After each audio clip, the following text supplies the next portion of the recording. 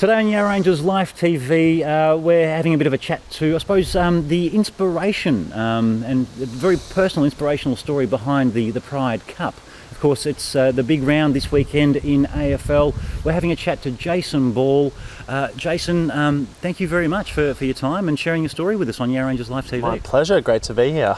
Thank you. Now, the Pride Cup, of course, you guys are all about breaking down some serious barriers and stereotypes when it comes to homophobia within our, not just, I suppose, the AFL, but also our community in general as well. Yeah, would you like to share your personal story with us? Sure, well, I mean, growing up playing football, realising that I was gay, I thought that I would never be accepted in the football club. You know, the word gay was constantly used to mean bad or weak or soft. Derogatory term, yeah. And it just made me feel that if any of them found out who I was, that I'd be bullied, maybe I'd get kicked off the team. You know, I didn't get involved in conversations about relationships, what I was doing on the weekend. It probably limited the kinds of friendships and bonds that I could have developed with my teammates when I was growing up. But my story is very much a positive one, because at the end of the day, all of the fears that I had about how my teammates would react to me weren't actually realised. And, you know, part of me... So what happened there? Well, I mean, you know, I turned out that there was only so much that I could hide, and at one point I was out to, you know, all other aspects of my life except for my football teammates. And you know, I'd gone to the extent of creating a separate Facebook list so that all my teammates wouldn't see photos I was tagged in, places I was checked into, what my relationship status was. But I'd made a promise that if I got asked about it, that I wouldn't lie. You know, I can remember really clearly the first time it came up in conversation with one of my teammates.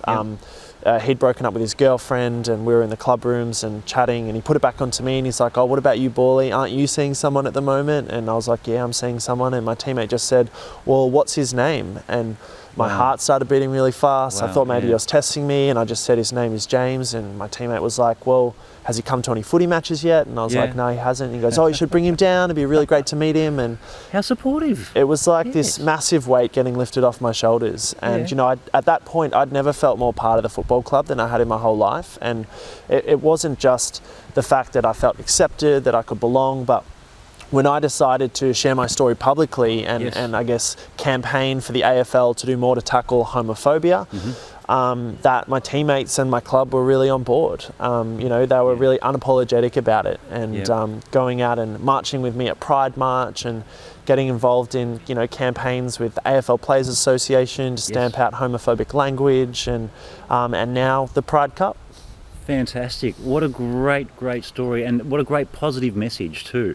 And of course, all that has led, as you said, to the Pride Cup. And this weekend, it's all on, isn't it? It is. It's all on. So the fourth year now for the Pride Cup. So it started all the way back in 2014, and every year Yarra Glen's played against a different side here in AFL Yarra Rangers. Fantastic. And as part of the game, we paint the 50-metre line in a rainbow, the international symbol for gay pride. And I'm pretty sure it was the first time that something like that had ever happened in a game of AFL, let alone country football. And it's just this incredible symbol of acceptance for people who are LGBT or I. Out in the community to say that you're welcome here. And it's kind of a message of acceptance coming from a place where you'd expect it the least, like country football, which is what makes it so powerful. Absolutely right. I mean, that's the last place you'd expect to find some kind of level of acceptance for gays and lesbians and the rest within our community. So that's so empowering, and that's fantastic.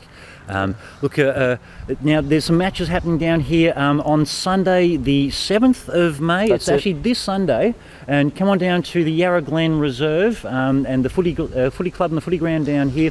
There's netball, there's football. I think the juniors started about 8:45, so about 8:45. You'll get the action happening on the way.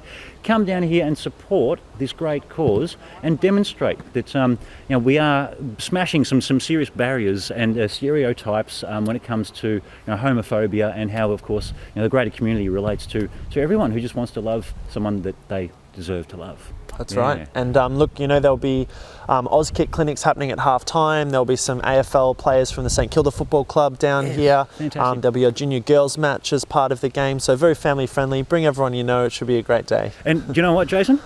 Yarra Rangers Live TV Yeah, we'll be here on the day too. We'll be doing a live cross sometime during the day in the afternoon, probably after lunch sometime, and we'll be sharing some of the vibe, some of the fun and the activities that's down here at Yarra Glen. Yeah. Look, it should be a huge vibe. We've had about 4 times as many people usually turn up to the game. We've got stall holders and food vans. It should be a really great event. Fantastic. So, look, I hope you can join us down here at Yarra Glen's Pride Cup that's happening this Sunday, and thank you very much, Jason Ball, for sharing your story and being part of, well, being, as I said, the trigger behind this wonderful, shattering, groundbreaking event. So Thanks, good Pat. on you, mate. Cheers. Cheers. Appreciate it.